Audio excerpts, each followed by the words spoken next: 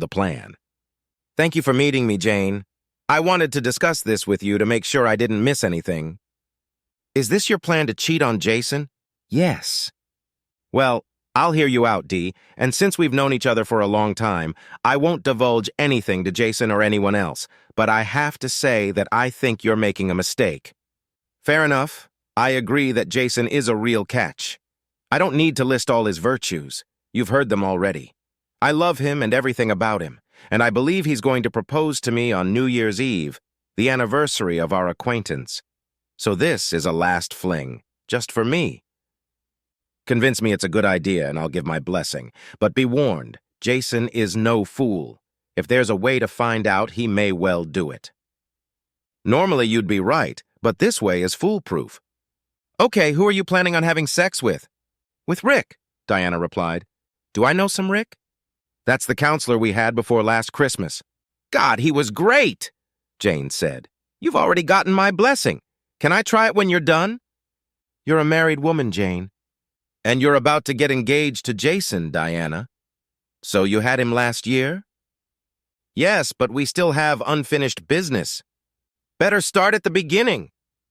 About a year ago, you'll recall, he spent a whole week working for me on our warehouse project. He was in and out of there all day long. But when he needed to raise his numbers, he needed office space. You may also remember that my secretary was on vacation visiting her family in America. Her office was available, so we set him up there. I remember. It was right around the time you got that new wavy hairstyle. Yes, that's where it all started. A few minutes before he came in, one of the girls stopped by my office and noticed that hairstyle. She said I looked like Kate Bush.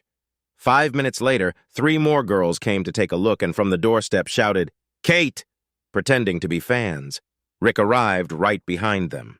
After the initial excitement, he coughed politely and said, "Excuse me." They turned around, shouted, "Rick!" and burst into laughter. I don't understand. How did they know his name? They didn't. Picture him. Didn't look like any of the other men in the building. Shoulder-length blonde hair, white t-shirt, faded blue jeans. You mean Rick Parfitt from Status Quo? You guessed it. All that week I called him Rick and he called me Kate. It was a standing joke. He admitted that he's been called Rick before. What's his real name? Yeah. I didn't know at the time, but I found out later that he was Frank. What a whore! I went to his room without knowing his name. You are a whore! They were both shaking with laughter, and several Starbucks customers were smiling along with them. Tell me everything in detail and don't leave out the dirty moments. First of all, it was only a few days after I met Jason. Fair enough. I've been flirting with Rick all week. He didn't seem to be very good at it, flirting, I mean. I've never met a guy who was so cocky and yet so insecure at the same time. It was very endearing. Yeah, I remember all the girls had a crush on him. Of course they did. My secretary's little secluded office never had so many visitors. On Friday, the MD came into the warehouse and asked to see him. Rick came back to my office red-faced. Why? He said the MD was so pleased with his work that he invited Rick to our Christmas party. He's staying at the Oak Lodge Hotel where we're having the party. The MD paid for an extra Friday night for him. And that's assuming he had a suit. Of course he had a suit. He had packed for all occasions. But when he originally registered, he was told that being external, he didn't have to abide by our dress code, hence the Rick Parfitt clothes. So how did he finally ask you if he was so shy? He said so right before the party. Diane, you're the most beautiful girl I've ever seen. I would love to have sex with you. It would have sounded corny to anyone else, but he looked so shy and begging. And you agreed, of course. Yes, but I insisted that it had to be top secret. I hadn't had sex with Jason yet at that point. If any of the others had found out, they'd still be talking about it today. They would. The thing is, my mom stopped by to see me. She says Christmas shopping is more fun to do away from home, but she didn't like the idea of staying in someone else's house alone all night. So I told her I'd be home from the party around 11. I even ordered a cab. You know how hard it is to catch one at Christmas. Tell me about it. So, the deal with Rick was this. I canceled the cab for 10:30 and he asked the hotel to immediately rebook it in his name for the same time. Cab firms always try to keep Oak Lodge happy. Mom was fine with it and said she would wait. The girls all knew I'd be leaving early, and Rick made a row about me having to get up early to drive back to Birmingham. Clever. And no one noticed? I know I didn't notice. Not a soul. He sat with us 5 girls, remember? How could I forget? He was sitting next to me. Not you, Jane said. Yes, he bought us drinks, but only had a couple. He danced with each of us. I was the 4th. There was no groping or cheek-touching. When we danced, he just said, "Room 306. He apologized and left us just after 10. When he got to his room, he sent a one-word message on my cell phone. What did it say? It said cab. I showed it to you. You sneaky bitch, now I remember. You pushed it across the table and showed it to us all. You said your cab came early. That's right. All the girls saw it. I reminded them how rare Christmas cabs are, swallowed my wine and left. And we were saying, poor Dee, you missed the fun, but you didn't. Damn right. When I got up to the 3rd floor, his door was open and I went right in. We'd only had half an hour and I was already eager before he had time to say a word. And you know what the first thing he said? Go on. He said, I'd better just close the door. In my haste, I left it open. You dirty bitch, was it great sex? Sadly, no. He got naked and so did I. We started in the classic 69 position, me on top. Men love that. It was amazing, but it wasn't real. Apparently, no one had ever done it with him before. He apologized, but we didn't have time for a second round and I was left unsatisfied. What a shame. Yes. I got home about 11 o'clock and Mom was fine. The following Monday, I got a letter from him. It said, Kate, thanks for everything. Sorry for the early finish. I haven't seen him again since. So how did this latest connection come about? He wrote to me again 2 weeks ago and said he was out of contract work and wanted to come down from Birmingham and book a room again. He'd like me to join him for dinner so we can discuss unfinished business. And you want me to evaluate your plan for the big reunion? Yes, Diana said. How's that for an option? First of all, Jason will never know about the unfinished business. It happened between Kate and Rick, who don't exist. Also, none of our gang will ever mention it because they have no idea what happened, and they never met Jason at the time. So far, so good. Jason's away at work in Oxford right now and will be back tomorrow. We'll probably have some I missed you style sex, and then he'll be heading to Manchester early Thursday morning. He'll visit his folks, exchange gifts and all that.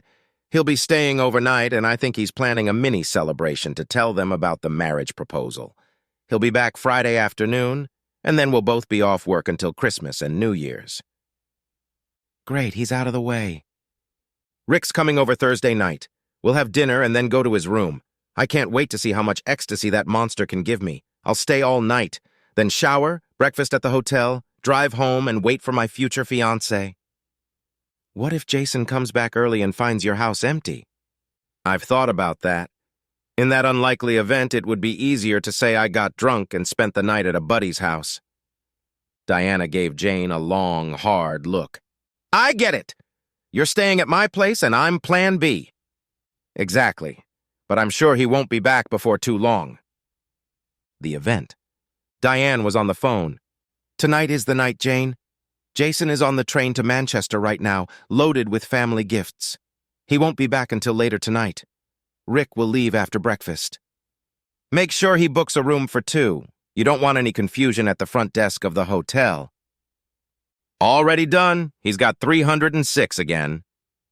Are you Mrs. Parfit? Actually, Mrs. Collins. He's Mr. F. Collins. I'm not married yet, so you may not call me a whore.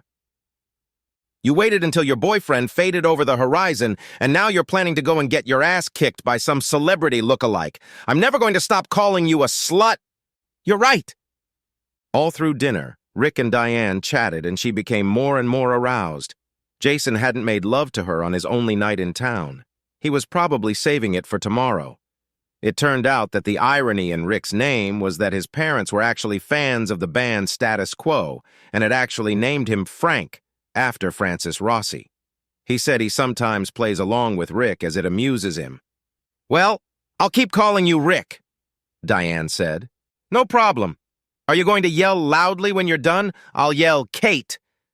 I will. I hope I'm red and raw tomorrow morning. You may have to carry me for breakfast. Wow, little Rick is already getting into the rack. He'll be lifting the table in a minute. By the way, I brought your black panties, though I never washed them. You dirty bastard. Perhaps we should raise the last glass of wine in 306 and get started.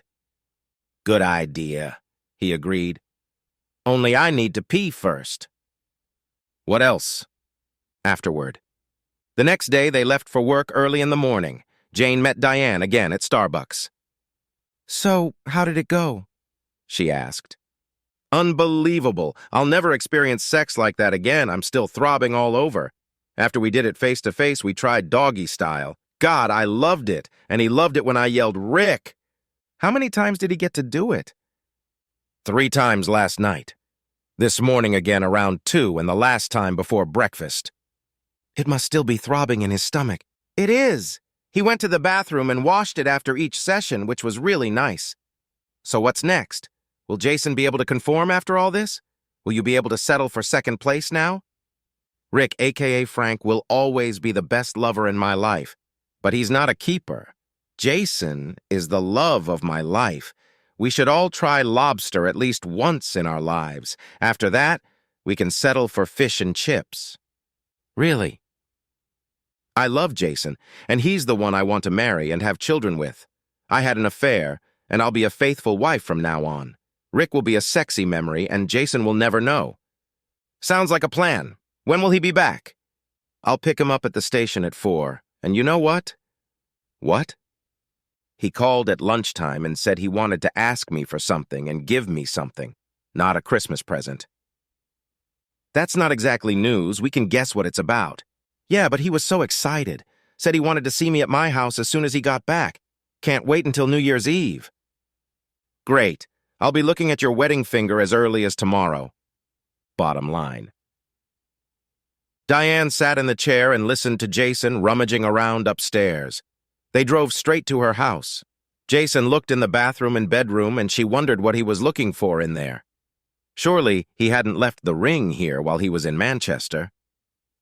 Finally, he came downstairs and placed a small, ornate box on the coffee table. Her heart jumped. "This is the present I promised you," he began. "But first, of course, I must ask you the main question. And before that, I must tell you something about luck." Luck? Yes, luck. It plays an important part in relationships, don't you think? I think so. Until recently, I never considered myself a particularly lucky person. Then I met you, Diane. You're warm and sexy and beautiful. As I drove to Oxford, I thought, it doesn't get any better than this. And I was already anticipating coming back and spending the vacations with you. Oh. Diana felt tears come to her eyes. The Oxford firm, Sedgemore Enterprises, had a huge project. I was only partially involved, of course, and they paid very well considering I only worked for them for 3 days. Then, the day before I returned, my boss called me in to see me and said he was impressed with what I had done. But he was concerned that my work had created more potential problems. I got defensive and said I thought part of the assignment was to warn them of what could go wrong next. Good for you, babe. The next moment he says, no, I don't understand. Don't I want to go to them for a full-time job? It would be a full-time project manager position. Vacation, sick leave, retirement, all that stuff. The pay is better than consulting, so I said yes. Wow, good for you. I'm sure life in Oxford will be much better than in this shithole. Do you think I could get a job there? Probably not at Sedgemore, but I'm sure there are plenty of alternative job options there. You'll find something in no time. This just keeps getting better and better. Well, I said it was a matter of luck, and that same evening everything went right. They put me up in a 3-star hotel and I threw a mini party at the bar. That's where it all happened, Diane. I met a man who changed my life. What, you mean you met some slut in a bar, and now you want to leave me? Calm down, that's not what I said. You're only partially right. I met a man. Jesus, what's next? You turned gay? You're jumping to conclusions again, baby. The man I met wasn't gay, and neither was I. He's another consultant working on the same project as me. Really, he was working on their warehouse issues. His name is Frank Collins. Jane leaned back in her chair and felt the color leave her face. Nice-looking guy. Reminds me of Rick Parfitt from Status Quo, but he can't hold his beer. He got drunk after 3 pints and started bragging about his conquests. Thanks to his shy boy demeanor, most of the firms he works for have him. So what was so fortunate about his encounter? I've come close to that before. He said he was with your company for a week last year and stayed at the Oak Lodge. And he said he nailed the easiest whore he ever had. Her name was Kate. He was so full of himself that I had already stopped understanding him. Other men's sexual adventures don't appeal to me. He finished his 4th mug of beer and asked if I wanted another. I figured it was as good a time as any to end the evening. My work celebration was turning to crap. I was about to give up and go back to my room when suddenly he said something that made me stay. What? Diana was starting to get worried again. He said Kate wasn't his real name. It was Diana. A long pause followed. Funny thing about birthmarks. I never mentioned yours. You can't see it anyway. What? Well, you know what they say. Out of sight, out of mind. Your mole is almost impossible to see without a mirror, so you forget about it. Frank Collins claimed he had this Kate-Diana thing around the time you and I met. He said, "Do you want to hook up?" And she said yes. He took her to his room, but finished too quickly. He did, however, see her birthmark when he buried his face between her thighs. But you and I had just met. Yes, but he said he never got to have meaningful sex with you, that it was unfinished business, so he arranged a new session. He even asked for number 306 again. No! Besides, I did a free health and safety check at Oak Lodge before we met, so the manager owed me. He set up surveillance in 306 and sent me this morning. Oh my God! Look at these. They're very good quality. The first ones where you do the standard sex are okay, but when he does it doggy style, you can just see your little heart when he holds you open. Wide open. Jason, I'm so sorry. Don't be D. We're talking about luck. Imagine what might have happened if I'd never found out. I was going to marry you. Talk about a lucky break. But that was only once. So was murder. Diana buried her face in her hands and cried. Before I go, you should know a few things. Be careful you hear these things. First, Frank Collins is married and has 2 young daughters. Second, he registered at Oak Lodge with his real address. That's why I sent copies to the other Mrs. Collinses. No! Yes. When I was a teenager, my father had an affair, and after the divorce, my mother kept saying she wished no one had told her about it. Thirdly, at Oxford, Frank used to go to gents too often, claiming he had a pain downstairs. I suspect he has gonorrhea. So here's that particular question I was going to ask you tonight.